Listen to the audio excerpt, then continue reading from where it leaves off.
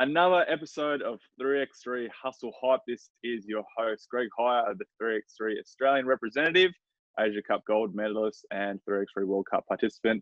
And I have an absolute pleasure to introduce my next guest, who's not only a dear friend of mine, an absolute superstar, but 3x3 women's, let's say from the Australian powerhouse, but an absolute dominates on the court. Alice Kunek, how are we doing? Good morning, Greg. I'm good. How are you? Not doing too bad. I'm not doing. Well, yeah, I know. I spoke to our NBL staff to try and get you on. They said your cost was too high for a while. But I appreciate you bringing down your budget to feature on the 3x3 Hustle Hype podcast. But I'm joking, but how's things in your side of the world? I know it's changed completely in the last week or two. Yeah, look, I'm obviously back home in Melbourne for the next couple of weeks and have been for the last month. Melbourne's not great at the moment, I won't lie. Pretty sad, pretty disappointing. But yeah, look, just staying positive, staying healthy. It's nice to spend some time with the family. I guess you don't really get that time back, so it's nice to have spent some time with the family and everyone as well. But yeah, fingers crossed things start to improve in Melbourne and things can semi go back to normal, I guess. If that ever gets back there, but you're just whatever is normal. Yeah, exactly. We were speaking before we got on the show. You are living at home with your parents at the moment. How's that all going? Yeah, look. Luckily, we have a big house. Nah, it's actually not too bad. I mean, we've been pretty lucky. Obviously, before we've been able to train with the 3x3 girls, so I've had that outlet, been able to go to the gym and stuff. So at least I've been able to do that type of stuff. But no, it's been nice. It's actually been nice to spend some time and have dinners together, not have to rush off anywhere. And yeah, I'm very lucky. But yeah, definitely time to go now. There's a reason. I love my parents, but I love you guys from afar. Absolutely. Mate, let's talk about this because it was a bit of a blessing in disguise in a way. Prior to COVID, you just had surgery on your elbow, was it? Yeah. And I mean, I was even looking at it prior to it. I was like, God, I mean, you've been a bit of a stalwart for the 3x3 sort of women's team for some time. And obviously it was all for the push for the Olympics. I mean, talk to me about the initial feelings of, and you would have hoped, it would have been featured in the Olympic campaign, but the initial emotion of not being to be there at the qualifying tournament to then, blessing in disguise that it's been postponed and now you'll be able to feature. Yeah, look, it was a bit of a shock, to be honest. I mean, I haven't really been injured since my shoulder 5 years ago or something. And I remember doing it and I was like, that is just the weirdest feeling. I'd broke the outside and tore the ligaments completely off the bone on the inside. But I was like, no, it's just bone bruising. And, I was like, seeing my physio and he's like, you have to get a scan tomorrow, puts me in a sling. And I was like, it's bone bruising. Like, I'll train tomorrow. Just tape it up. It's so fine. And he's like, oh my God, you're delusional. Like, you're getting a scan, you're seeing a surgeon. So I think that full week I was just like in a bit of shock. When you just don't really process what's going on. Absolutely. And then I remember seeing the surgeon and I was like, so you can put me in a brace for 6 weeks and then I'll still be able to go to the qualifiers in March. And he was like, oh my God, this girl, you have no idea. And he's like, okay, I'll put you in a brace for 6 weeks and then I'll see you in 6 weeks or 6 weeks in a day when you've completely ruined it because you won't be able to do it and you'll get a reco. And I was like, oh, okay. So I'm getting the surgery. So look, it was pretty disappointing and I think I just knew that the girls were going to qualify and I was like, just had it in my head. Yep, they're going to qualify and I'm just going to be fine. I just got to go to the Olympics kind of thing. I think that was just my thought process to get myself through, I was just like, just stay positive. Don't think of any negative situations. They'll be fine. They're an amazing group of girls. No matter what team, Dave and the crew put together, it's going to be a great team. They're going to win. And then bring on the Olympics. But yeah, things just kind of, I guess, spiraled for the worse with the COVID situation. And everyone would just ask me, oh, would you get back? And I was like, well, I don't even think they're going to be in Olympics at this stage. So look, I was pretty lucky in a pretty crappy situation for the world and everyone. But yeah, now I really hope that I can stay healthy and be part of that team to make that qualifying tournament in Austria in May. And then fingers crossed the Olympics will go ahead and yeah, go get that gold.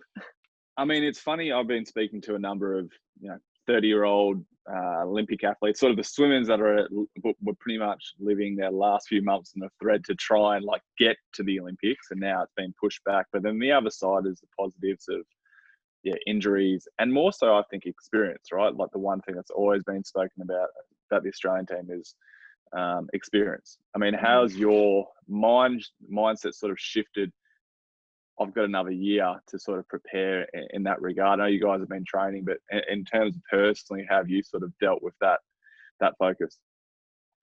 Well, look, I'm not going to lie. The time off with my elbow was, sometimes that old quote, life doesn't give you what you want, it gives you what you need. And I think that looking at my elbow injury, it probably was what I needed. I needed probably to slow down and just like have a little bit of a reassess of everything with my game and what I want kind of moving forward for the next couple of years. The last couple of years have been pretty crazy. Europe, WNBL, back-to-back seasons, the 3x3 last year was pretty full on.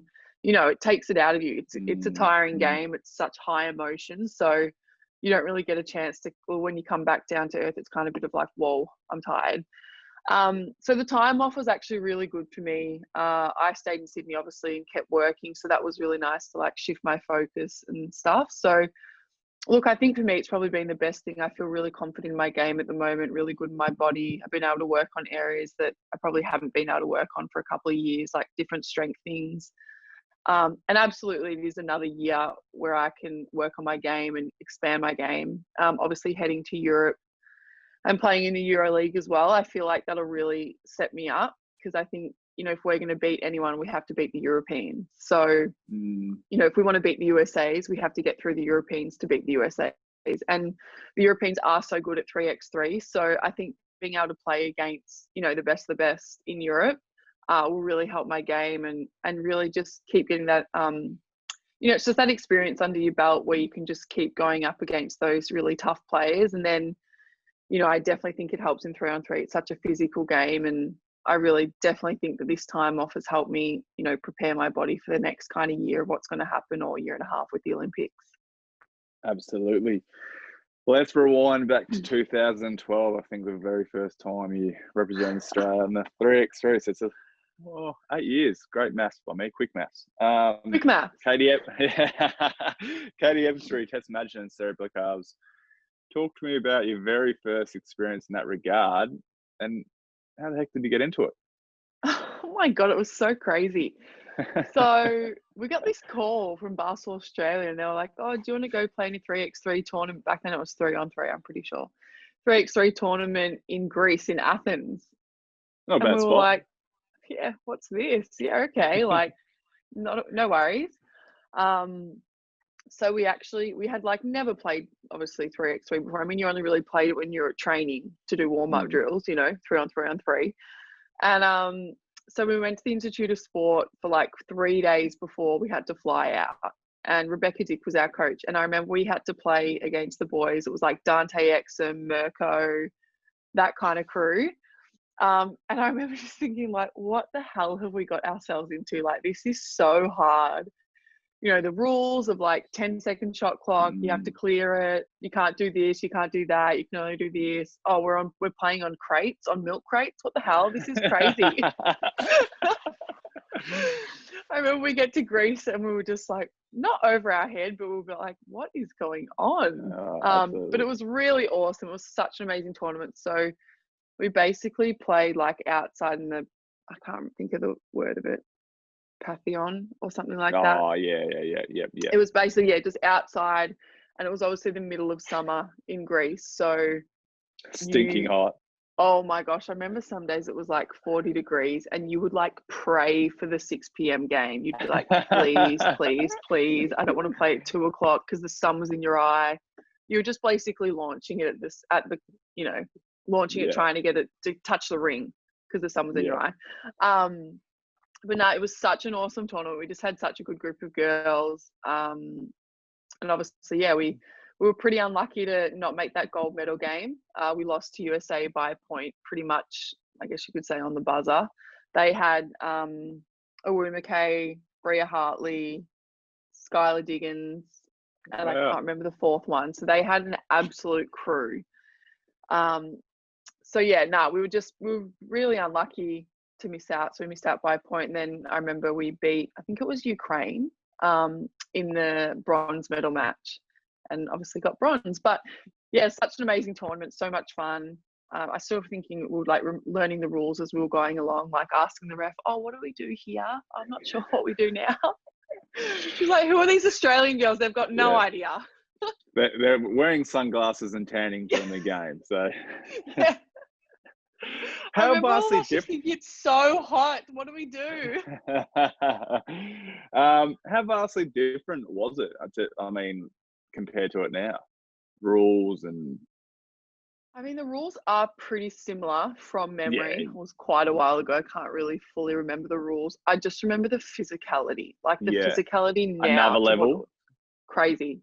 Absolutely Yeah. crazy. Yeah. So I think back then you probably didn't get away with what you can get away with now. Really? No, I don't. I mean, it was definitely physical. Like I clearly remember it being physical, but to the degree of it is now, like Yeah. whew. Like I remember at the Worlds last year, some days you were just like, oh my gosh. Oh yeah. Just nuts. So I definitely think the rules are pretty similar. I mean, obviously rules change from year to year and, minor changes, whatever. I would just say the physicality, and now the skill set of people is just out of this world, because, what like Curry does and what Kyrie does is cool now. Whereas back then that wasn't really the thing, I guess you could say. And in saying that, like our skill set's gotten better. We've gotten stronger. You get older, you learn to use your body better, you learn to take hits better. So yeah, it definitely the skill set, and I think it is a quicker game now than it was back then. Yeah, it is. It's interesting. Physical, it's not a dirty physical. It's like how you use it. It's like, I mean, there are some games you like.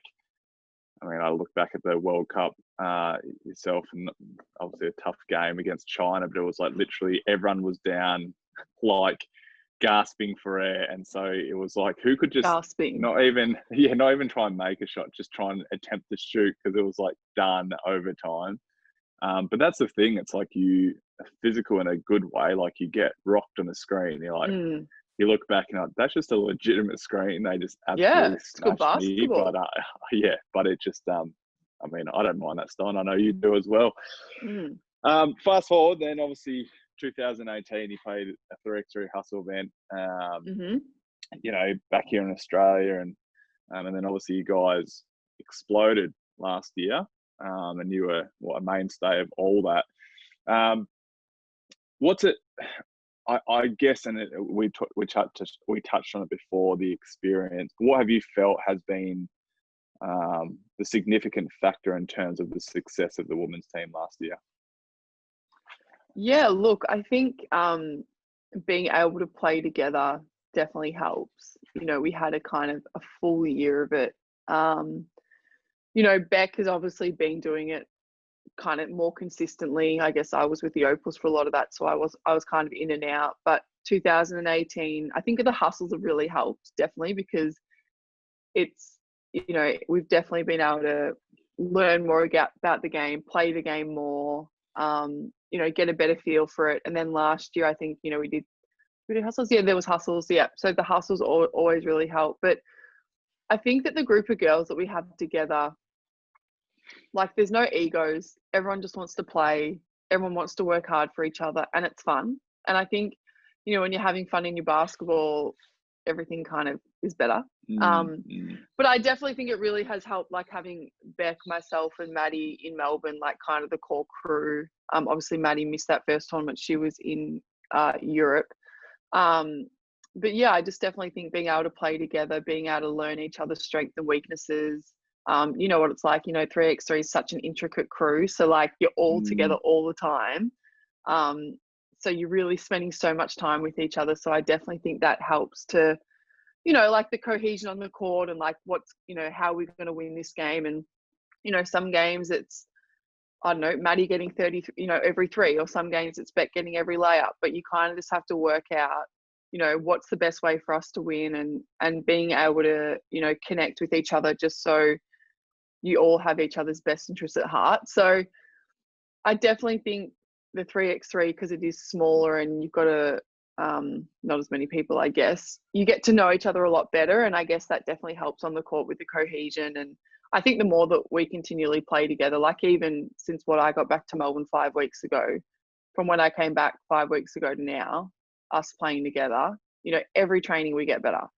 And even the girls that have just started playing 3x3, you can tell, like I came back and I played in Sydney with Lauren Scherf, and I came back, I started training, and in 5 weeks, I'm like, you have improved out of sight because of 3x3. So I definitely think just like playing together is just the best thing that we can do, and keep moving forward. Before we keep continue on to the national, I want to talk to you about like the pro hustle and how fun it is, because obviously sometimes we don't play, we change teams, you know. What was your hustle team? And I mean, you might have been a fair call later on. Who was it initially? Like in 2018? So 2018, oh my God, I filled in for Beck. So Beck had because I must have just got back from Commonwealth Games, or I don't know, it was somewhere around there, and Beck's like, do you want to do a 3x3 hustle? And I was like, oh, okay, sure. Let's play again. Let's play. Yeah. She had an NBL 1 game, I think it was. And so I filled in for her. It was like Marina Whittle, Izzy Chilcott, myself, and I can't remember the fourth person. Hannah Zavi. Yeah. So I played with the Nunawading Inspectors that guest hustle. I only did one that year. And then last year, I was in Europe. So Melbourne Boomers asked me to play for them. So I was like, yeah, okay. I'll play. So then I played for the Melbourne Boomers. Why I want to ask that, it's so contrasting, and don't you find it's frustrating in a way that you'll go in a team when you play with experienced players and you're like, this is exactly, like the way it's supposed to be played. Yeah. But then you go into another team and you're like, okay, this is like, these people are great basketball players, but they just don't get the game. You have to get the game, honestly. Like it's, if you don't know the game, you could be the most talented basketball player on the court, and if you don't get the game or get how it's played or ran, you're going to look like a bit of a rookie out there. Like, absolutely. You know? And that's, so I mean, so that's what, like, we look at that, and so that's why I asked you, how do you feel like you've adjusted, because you've excelled, but what do you think, even like, do you look at it, I mean, Kelsey Griffin came in, who's been a pretty good player in the WNBL. Not good, an absolute jet as well. But superstar. Superstar. What do you think is that key thing where you could go? Because you've transitioned to be able to play 3x3, do well, and then back it up and rock up to an NBL 1 campaign. Who were you playing for last year? I played like 5 games for Eltham. I was going to say Eltham, but you got buckets, so it's all good. You'll get buckets. But I mean, how do you do it to go, quick? And same, Beck's the same, and Maddie's the same, to be able to go, cool, like I play, and we look at Tommy Wright, they go back to Nunawading, and they do that. But sometimes I look at it, and even I've been asked how many NBL guys, and I'm like, I wouldn't even take the best NBL guys. I mean, I'm sure they would be good, no doubt. But even that, I like, it's funny. If someone asked me, is Bryce Cotton, I mean, I'm sure he'd be fantastic at 3x3, but there might be a guy that's more suitable because they can, they play both sides of the game. Not saying Bryce doesn't play defense, but he'd be targeted just because he gets steals. I'd be posting him up, that's for sure. But right, get in the post. Exactly. Absolutely. So I mean, that's what I'm asking. How have you found it to be able to transition between the two, and what's that big difference of going, hey, 5-on-5's different? Obviously, we're still trying to score buckets, but how do we translate to both sides of the game? Yeah, look, when I got back last year from Europe, I was pretty, not useless, but I think the first training of me playing 3x3, I was like, oh my God, like, you miss a shot and you're just like standing there waiting to turn around, and then the play's already gone. You're like, oh my God, I'm going to play defense. I'm going to get scored on. Hurry up. You got to like transition the ball.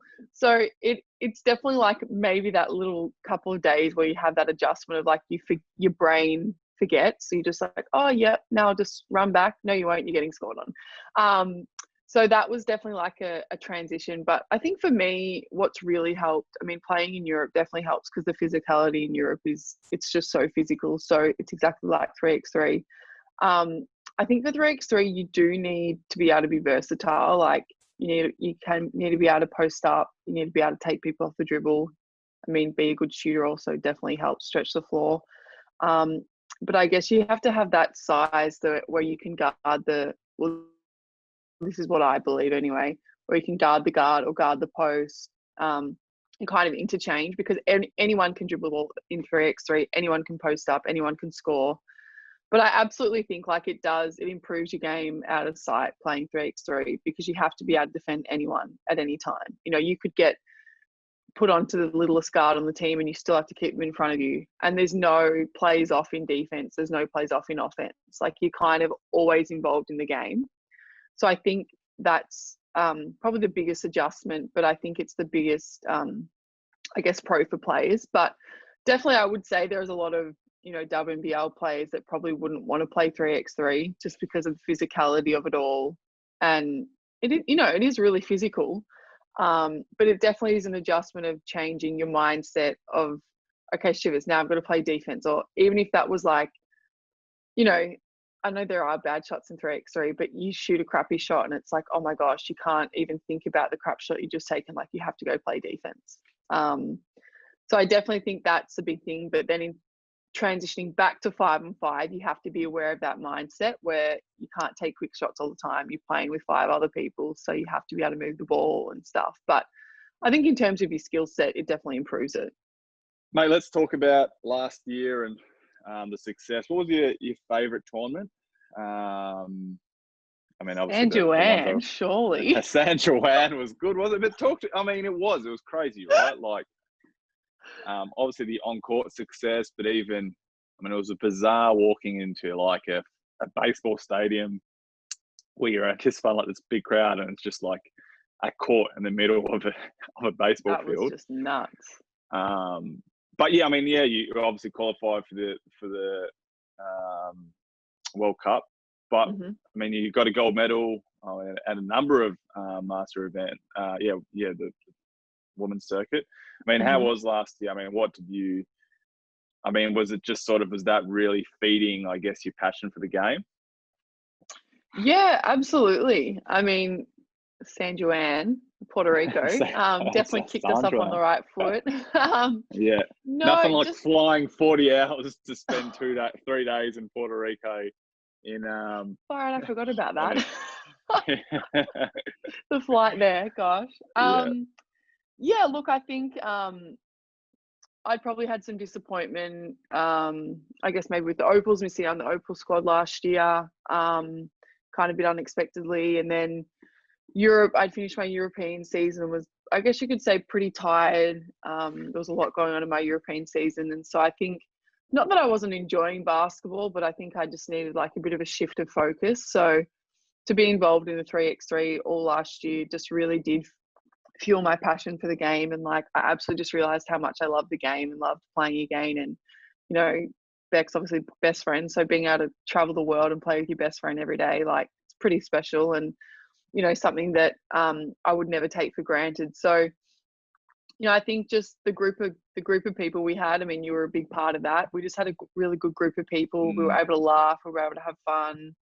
We were able to go hard if we played, you know, at practice and stuff. Like, I still remember that scrimmage we had in Amsterdam when we were all going so hard at each other. And I think Beck nearly killed Conrad. Like, Beck was not happy with Timmy. She got blocked. But it definitely did. And I think that I think we just had such a good group of people. You know, Damon was able to come on that Puerto Rico and then the Amsterdam trip. And, you know, Damon's been such a big part of my success through my career, and just being able to share those special moments with him and see his work ethic and what he's put in pay off. And, yeah, it was awesome. Like, I don't really even know how to explain it, but it was just, we bought in, we had fun. Dave every day was bringing gags like there was no tomorrow. You know, we were always learning and we were always wanting to improve. And I think probably, you know, Puerto Rico did set us up, and Asia Cup was another really good tournament as well. And then we went on to win that first World Women's Series. And then we were lucky enough to win the one in Japan as well to make the qualifying tournament. But yeah, I think when you've got good people around you and people that just want to have fun and people want to improve, like you can't really, you know, you can't really complain, you're right. I guess you could say. I mean, Lollipop Larry was a different vibe. It's like starting to become a trending That was thing. so great. But no, you're right. And I think, yeah, I mean, the vibe of the group is such, I think that's what makes it so, that's why I've enjoyed it. Because the camaraderie between the two teams, but you really can't have an ego because like we're flying 40 hours to Puerto Rico. You get there, you know, you're training the next day. You can only use half a court because it's been raining, you know, like, and then you go to other places where, an Asian country where you're not really eating so much, you know, like you don't have NBA or WNBA or, you know, like NBL players that like, we get treated a heck of a lot better, you know, like externally.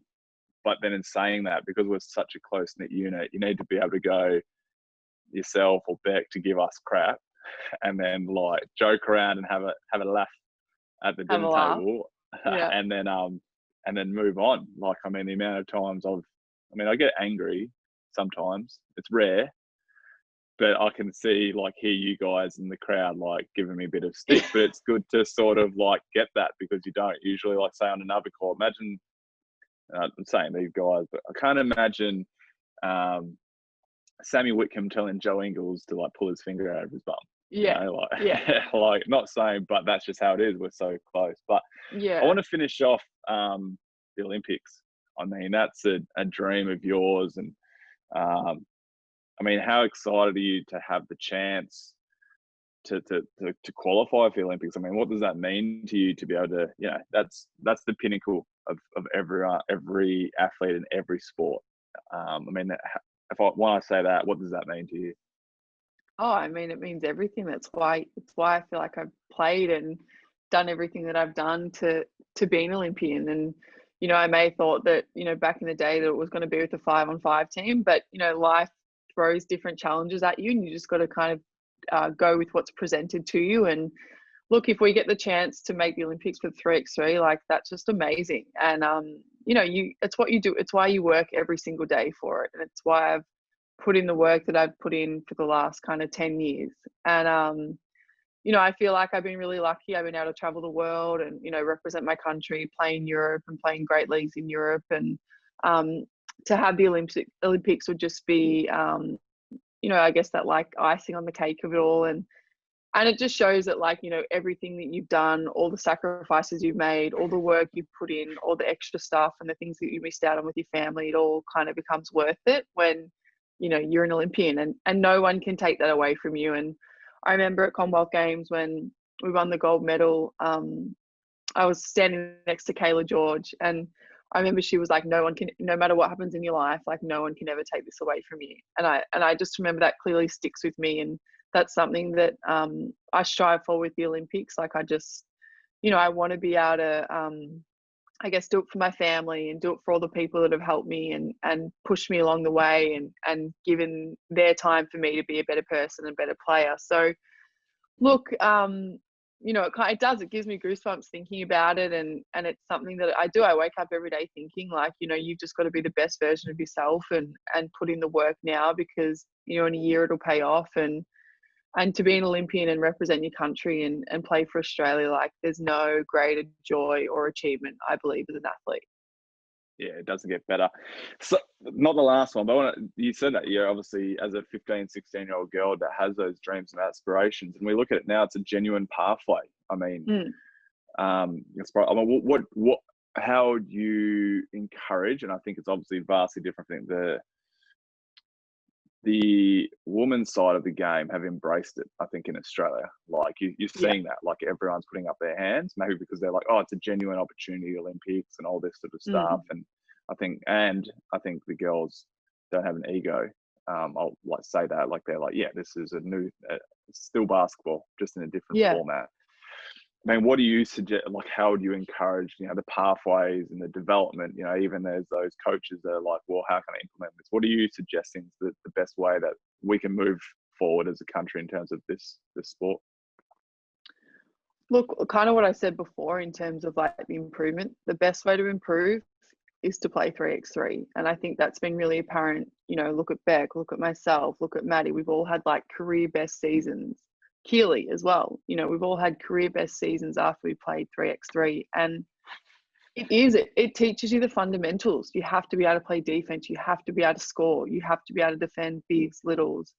You have to be able to move the ball. You have to be able to have an offensive game. And I just absolutely hope that Australia does embrace it, men and women and junior pathways, which I think they are. Like there's definitely a lot more, juniors playing 3x3 and they want to play because, sometimes in 5-on-5 it's hard. If you're the 8th, 9th, 10th person in a team, you're not really seeing the court, and that can get really disheartening for kids, especially, adults as well. It's disheartening when you're sitting on the bench and all you want to do as a kid is just be out there and is just to play. So I absolutely think that, Australia and every state needs to embrace the 3x3 pathway, even just to teach the fundamentals of the game, to teach resilience. You're not going to get fouls. You've got to be able to take hits. You've got to be able to take contact. You've got to be able to transition from offense to defense. You've got to be a good team player. You've got to be able to learn to deal with, each other's, I guess, strengths and weaknesses. Excuse me. And I just definitely think that if Australia can do that, our 5-on-5 game will be better. Our Olympic squads will be better in both men, women, 5-on-5, 3x3. We'll have better athletes because you have to be able to be strong. You've got to be physical. And also I just think mentally tough, it really helps you as well. So the pathways moving forward, I definitely hope that I think more NBL players should get into it. I know that they say that it is really physical and it's a different game, but at the end of the day, it's still basketball. And if, this pandemic has taught us anything, that it's a pleasure to play basketball. It's a joy to play basketball. And I guess it's an honor. So, any chance that you get to step out on the floor, it's an honor to play, and you've got to use it to the best advantage and just be grateful for that. No, I love that. Wise words from yourself, and plus you don't have a coach yelling at you. Absolutely. Until after the game. So, you definitely got Dave and Damon in the background, like, AK. I'm like, oh my god, just do it, Alice. Please don't yell at me anymore. I'm so tired. Oh, good. Yeah, absolutely. I need a drink. Mate, absolutely. Mate, an absolute pleasure to talk. Usually, this is the most serious we've ever spoken to in 30 minutes, and it's quite weird because usually we're giving each other crap, and I'm talking to you about what guys you like on the tour. But but mate, thank you so much for joining me on this week's episode of 3x3Hustle.